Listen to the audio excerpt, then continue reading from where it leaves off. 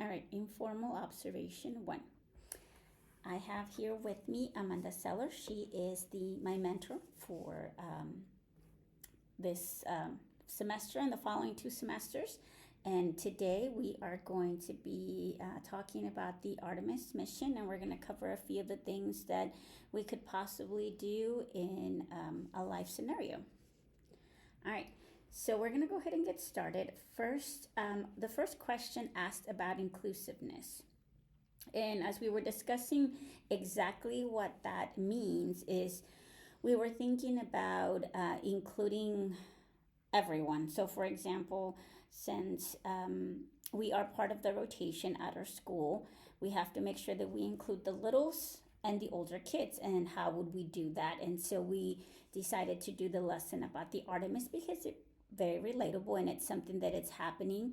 And it's probably something that the kids have heard at home or on television or probably in their community. All right.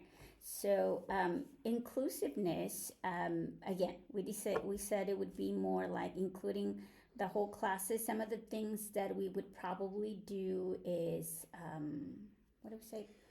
We said like making sure that all perspectives are heard when we're doing research. We talked about doing, if you were doing a little kid lesson, we could roll in like group research. You could do fiction versus nonfiction.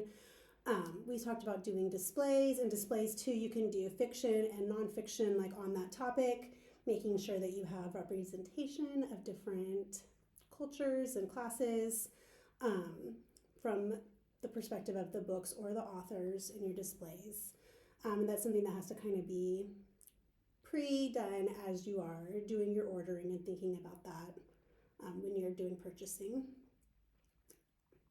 And when we talk about the little ones, we are referring to, I would say, kinder, first, and second graders, because they are the younger kids of the campus. And so it would be a good way to, again, reinforce some of those reading skills that they're also learning in class, like the fiction versus the nonfictions. Those are always good reminders to keep bringing up and to make sure that they know the difference. And then for the research, it would also give them the opportunity to utilize technology in a useful way, where they are assigned maybe a specific individual and they need to find information about that individual. Give them an opportunity in the library to do that research. We do have Pebble Go as a research tool, which is nice because it will read to the little kids. It's in English and in Spanish for those Spanish immersion groups or for those who are naturally native speakers. And so it does allow them access and some independence with some guidance. Okay. And for the older students, we were discussing that same thing. They would do research, but they would actually take it a little bit more in depth. So, for example, they could talk about the individuals that were part of the crew, and they could do research on them to see what kind of a background do they have. So, for instance, what did they have to do to be considered part of that crew? Where did they go to school? What is their socioeconomic status?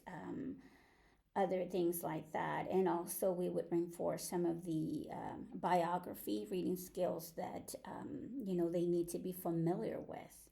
And we were saying, well, and obviously with the older kids, I'm pretty sure that we would ahead of time have some kind of website, like the websites ready to go, so that way they would not waste any time on trying to find reliable resources. We would have all those ready for them, and then we would also give them some kind of format to make sure that they follow specific guidelines and they don't get off task that easily.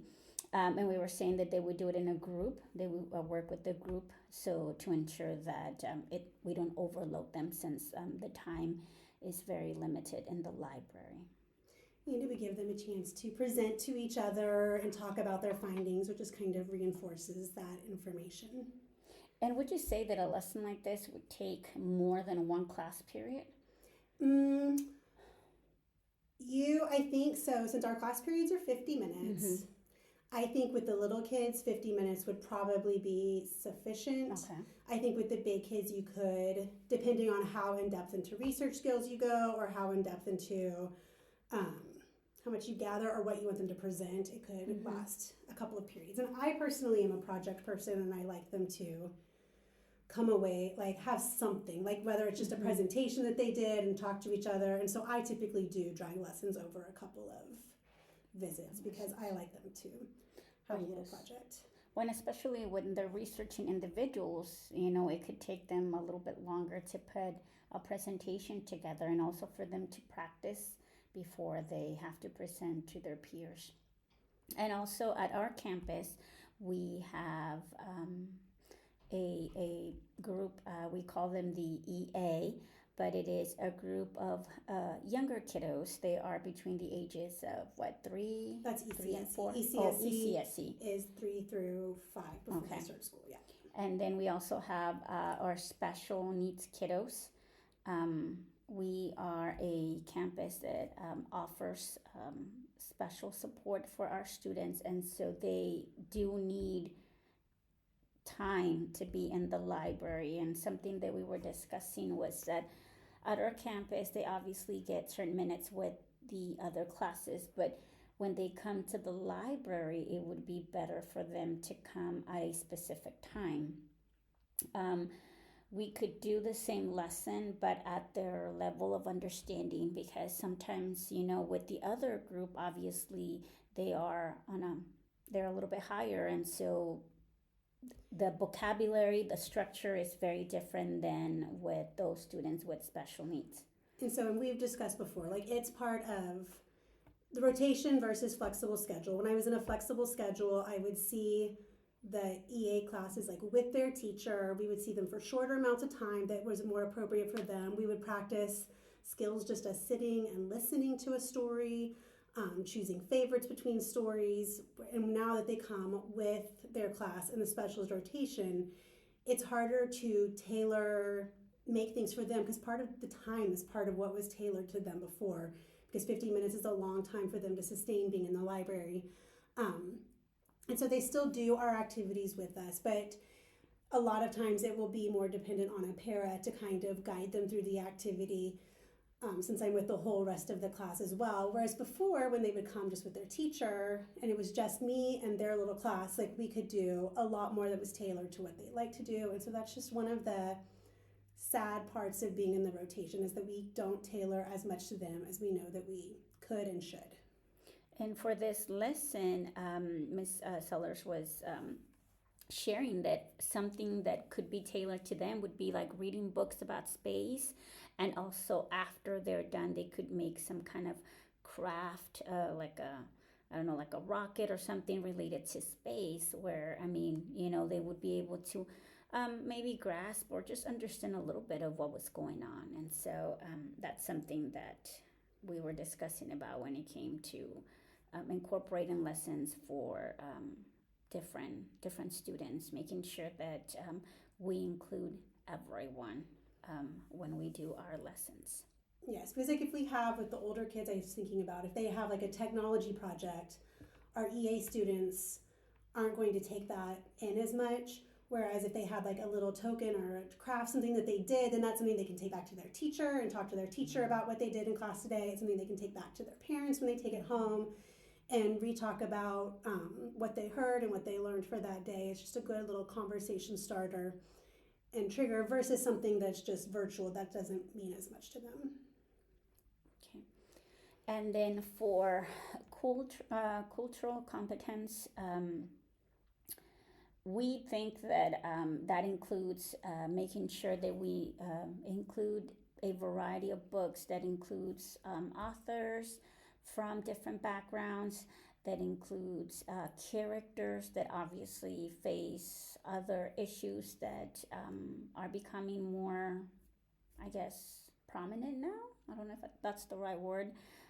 For example, Miss Ellis was using the example of autism. Now we include more books with characters that have autism, and so that the kids can be a little bit more aware of, what is going on with their peers. But culture competence would just be including a little bit of everything, exposing the children to a variety of differences, but obviously at their level. And also, it could be, and again, every librarian does things a little bit different, to include maybe a different theme every month. Like, for example, when we go back to school, I know that we have September, and September, they start the Hispanic Heritage Months. Maybe they do something for that month, and then right after that we have October, and again, same thing, we do something different for October.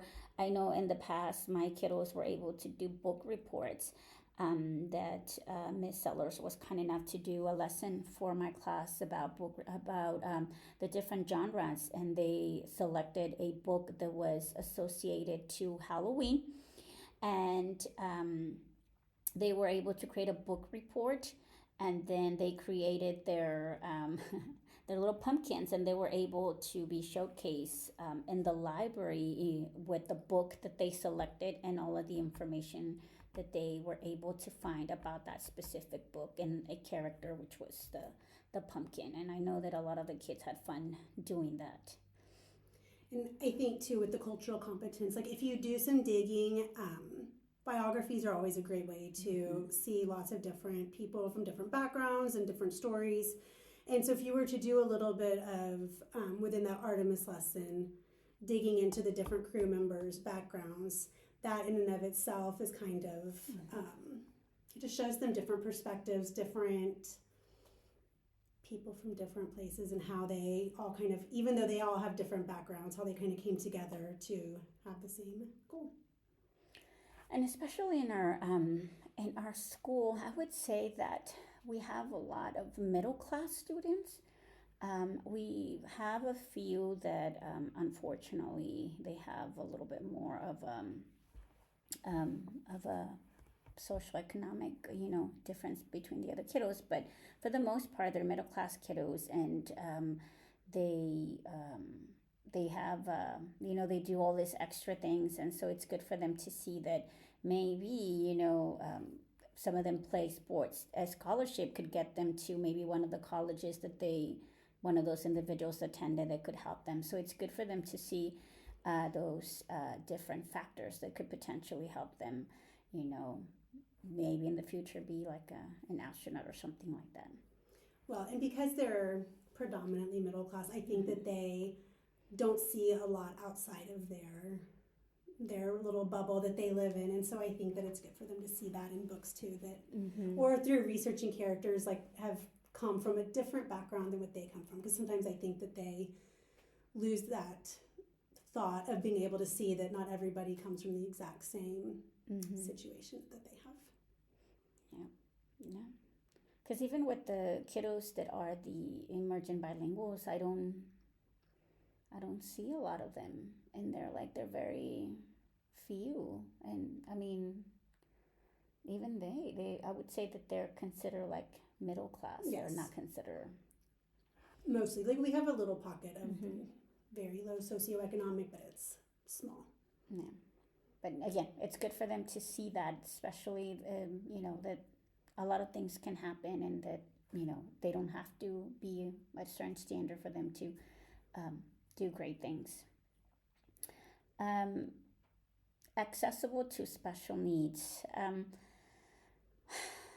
It is challenging, especially I would say the library when they are part of the rotations, because you have them come with the rest of the class, and again, especially when you want to incorporate reading a story that is going to be associated with the lesson. Again, we were saying that some of the kids, they're not able to sit still for even 5 minutes to listen to a story.